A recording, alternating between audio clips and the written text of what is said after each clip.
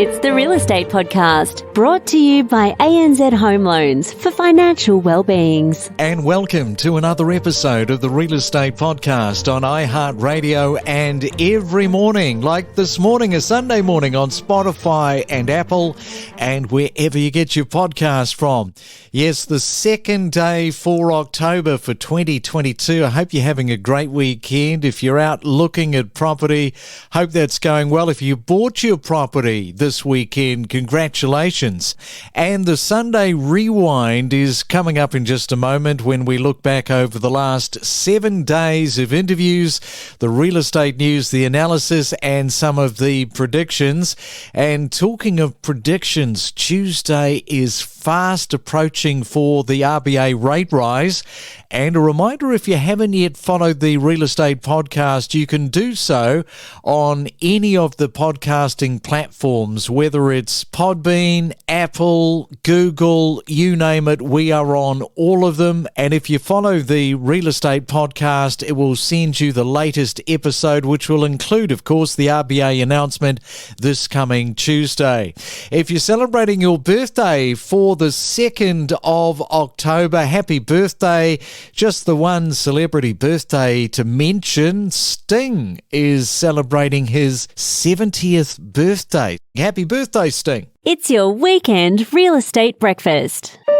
It's the Main Centre Forecast with PRD, selling smarter every day. Hey, don't forget, daylight saving is here, and to put your clock forward by 1 hour, unless you're in Queensland, Western Australia and the Northern Territory. And looking at your weather for Sydney today, expecting the rain to show up. 1 or 2 showers with a top of 18 degrees. On your Sunday morning in Melbourne, expecting blue skies. Look at that temperature, 21 degrees. Brisbane, showers to clear today, expecting a high of 19. And in Perth today, partly cloudy and 23 degrees is your forecast high. We talk with leading property commentators with analysis, predictions, forecasts, and what's trending every morning from 6:30. It's your Real Estate Weekend Podcast in review. How long have you been going in terms of real estate and calling auctions? Yeah, so I started with Home by Holly and in real estate in the beginning of 2020, right before COVID hit. And I thought, God, what have I done? Got a new career in the middle of a pandemic. But that turned out wonderfully. And then during the pandemic, when we were in lockdown last year, was when the conversation shifted to us maybe starting to call some auctions in-house. And I'd always loved the idea of calling auctions. And I put my hand up and said, look, let's give it a go. I'll try some online auctions. So it was actually a year ago yesterday that I called my first auction. Wow, so that's really interesting. So you got into real estate primarily to get out there, work with the vendors, sell homes, and then as a result of the pandemic itself, that of course caused these in-house auctions, and then you segued from there. Yeah. I knew that I would like to get into that space. I've always been a bit of a fan of public speaking, and early on I knew that I wanted to get into it eventually. And I guess the pandemic kind of just sped that up a little bit and thought, yeah, all right, well, rather than waiting 5 years or however long in the industry, let's jump in now. Let's say yes and give it a whirl. Now, what has inspired you, Bianca, to get involved in the real estate industry? What was the burning thing inside you that thought, yeah, I could give this a crack? For me, it's always been a lifelong interest. So I call myself a real estate hobbyist until watching what's going on online and watching new sales in the area. I used to keep a spreadsheet watching what was happening in my area just for interest's sake. And I knew that weddings were starting to be something that I wanted to try, move away from at that point in time. And a friend of mine said to me, oh, you should get into real estate. You'd be great at that. So I remember around that time, I also saw the first Home by Holly sign on in one of my streets in the neighbourhood. And I thought, well, wait a second, this agency might actually be a bit of a cultural fit for me and the brand I'd built as a celebrant and who I was. And so I reached out to Holly and said, I want to be a real estate agent and I want to work for you.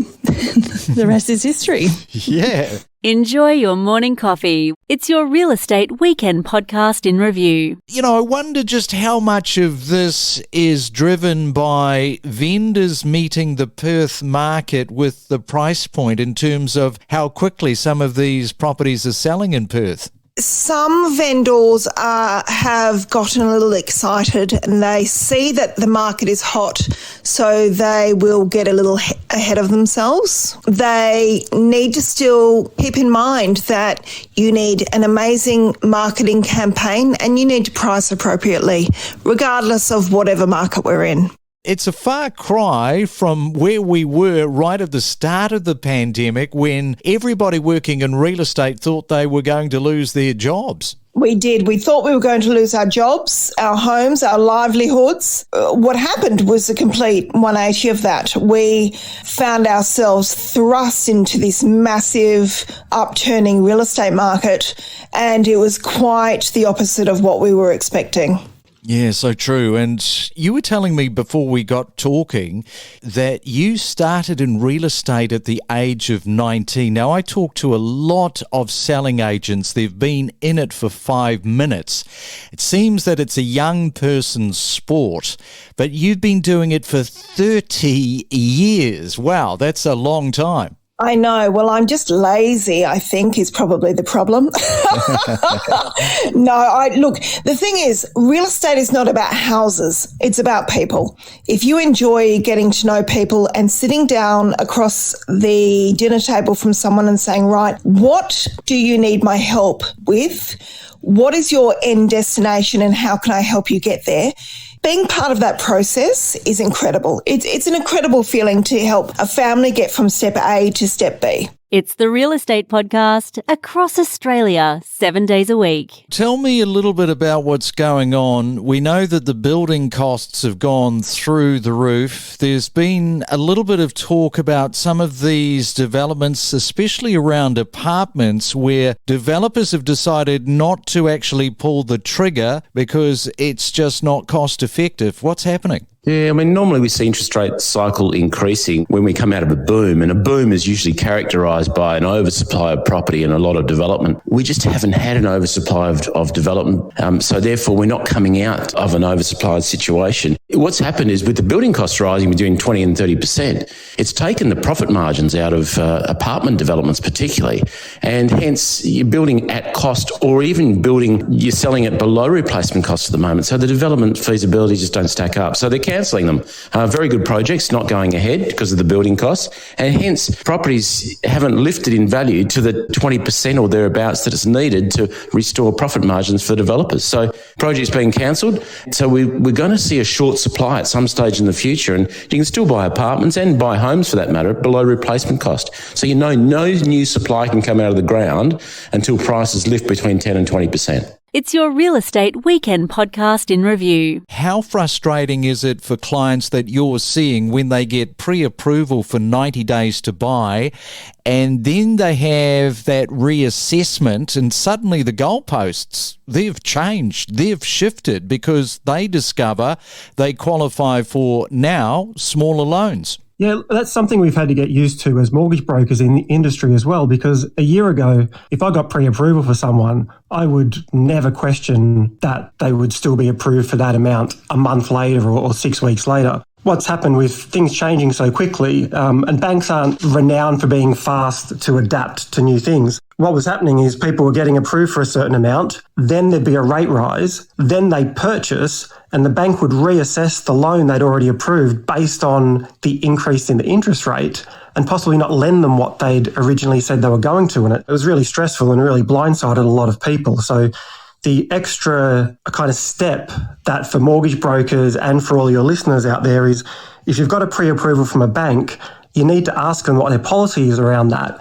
Are they a bank that when they give you a figure, you can rely on that number up to a certain date, or do you need to go back to them and find out the new number every time there's a rate rise? It's really important now. Oh, yeah. And as I say, that's just causing the stress. And we talk about the client and what the client is going through. But I guess as a mortgage broker, mortgage brokers up and down the country are becoming a little bit of a counsellor because they're there. I mean, you're there to just sort of facilitate the process as smoothly as possible. And sometimes I guess you're kind of second guessing the whole process too with all these changes that are taking place, the flux of the market. Yeah, well, we all pride ourselves in our job on being professionals and being the expert at what we do. So anytime there's a lot of change and you sometimes get caught out by a change, you feel really responsible for it because, we're an outcome-driven industry and our job on behalf of the clients is to not get surprised, to not get blindsided. So, yeah, when there's a lot of change in the industry, it does get pretty stressful, but that's all temporary. Once you learn the new rules and you know what's happening, then it's all fine. And I want to ask you, Andrew, about expectations, because that whole realisation of someone who has their expectations in a certain way, it's boxed up. In other words, they know the sort of property that they're going to get because of the money. They know the type of area that they're going to be living in. And then suddenly we have less money to borrow.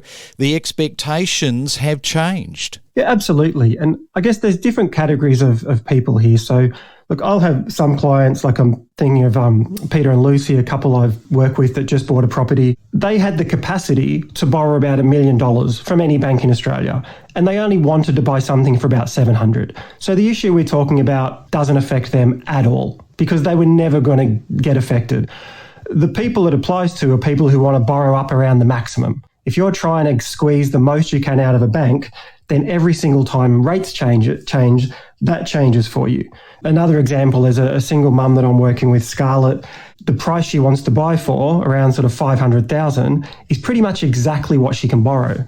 So the very next rate rise that happens, she's got to reduce the price of the properties that she's looking at. That constant changing of expectation for someone in that situation, I think is really stressful. And again, it's not something that we've had to deal with over the last few years. It's just been because of all these rapid rate rises. It's a weekend of real estate. The time it takes to get valuations done now, this must be a factor. People have more time to do their due diligence because the pressure is now easing to rush through quickly those valuations. Does that relax the process for buyers and at the same time offer more opportunities to them? Yeah, so every state has slightly different rules and processes around this. For example, Adelaide and Brisbane, you do get 10 to 15 days often for your due diligence to do that valuation and get the finance approved. That's pretty standard in the contract, so buyers have a lot of protection. But in markets like Sydney and Melbourne and some of the other ones as well, it is very hard for buyers to have the time to do that when the market's so hot and a lot of contracts are unconditional. So it does put a lot of pressure on buyers, and we have seen over the last few years that has been skipped in the process by a lot of buyers and sometimes to their detriment. So now it does give buyers that power back and it helps them have the time to make really good decisions and go through the process in an appropriate and a robust way, which every buyer should be doing. And talking of the buyers, what do you say to people who have a percentage of gut intuition when buying? They might cover off like the ABCs evaluation, but there is this margin of 20 to 30% for them to operate in the space of instincts.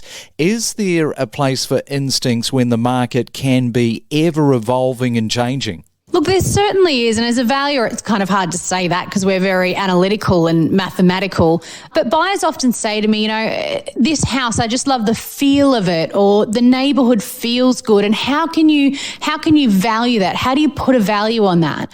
But the reality is, as a valuer, our job is to interpret those feelings. Those things that make a house feel good should be quantifiable. So when that buyer uses that gut instinct that says, my gut says this is just a nice neighbourhood or a nice house, the natural light is beautiful as it comes in the morning, I can sit and have my coffee on the veranda. All of that is quantifiable, and that's our job, is to turn those instincts into the dollars and cents that the market will pay for that. So there is a link there. And when people buy a house, it is important to go off their gut because that's what's telling them where the right property will be versus the wrong property to a great extent. We connect you to the best real estate information across Australia. The Real Estate Podcast.